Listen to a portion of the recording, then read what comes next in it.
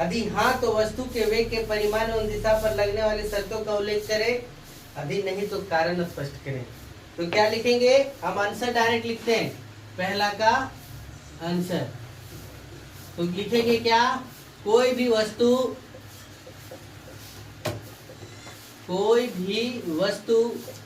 अशून्य वेग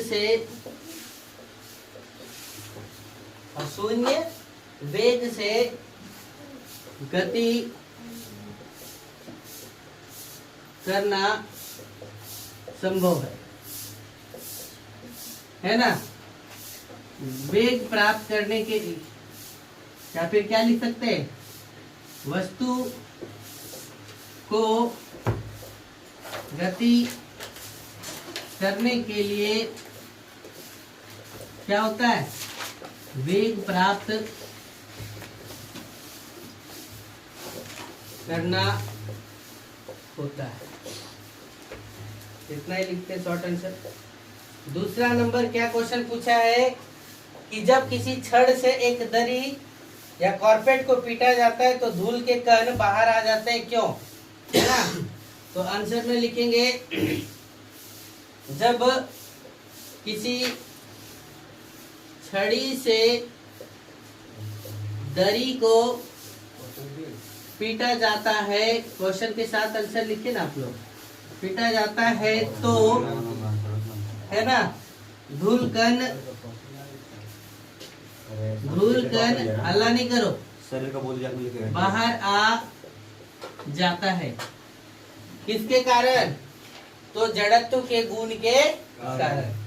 किसके कारण, जड़त्व के गुण के कारण।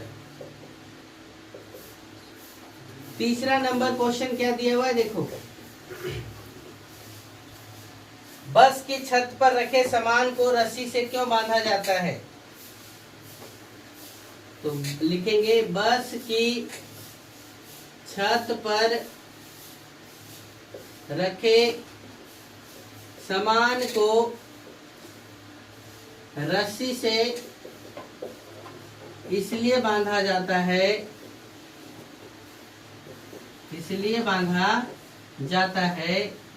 क्योंकि जब बस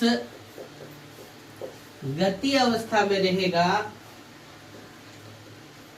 जब बस क्या गति अवस्था में रहेगा तो तब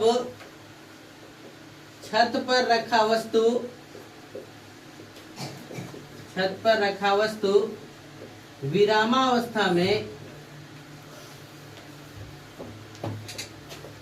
विरामावस्था में रहना चाहेगा।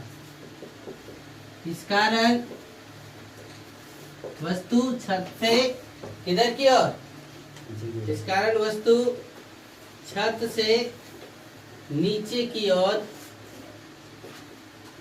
गिर जाएगा, है ना। इसीलिए बांध करके क्या किया जाता है, रखा जाता है।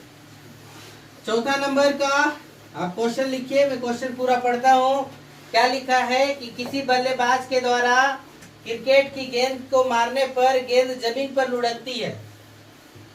क्रिकेट को गेंद मारने पर जमीन पर क्या करती है, लुढ़कती है। कुछ दूरी चलने के पश्चात गेंद रुक जाती है। कुछ दूरी चलने के पश्चात क्या हो जाती है, गेंद रुक जाती है। तो गेंद रुकने के लिए धीमी होती है, क्यों, क्योंकि 4 को ऑप्शन दिया है। पहला ऑप्शन दिया है कि बल्लेबाज ने हिट नहीं किया, तो ये को ऑप्शन सही लगता है क्या, नहीं।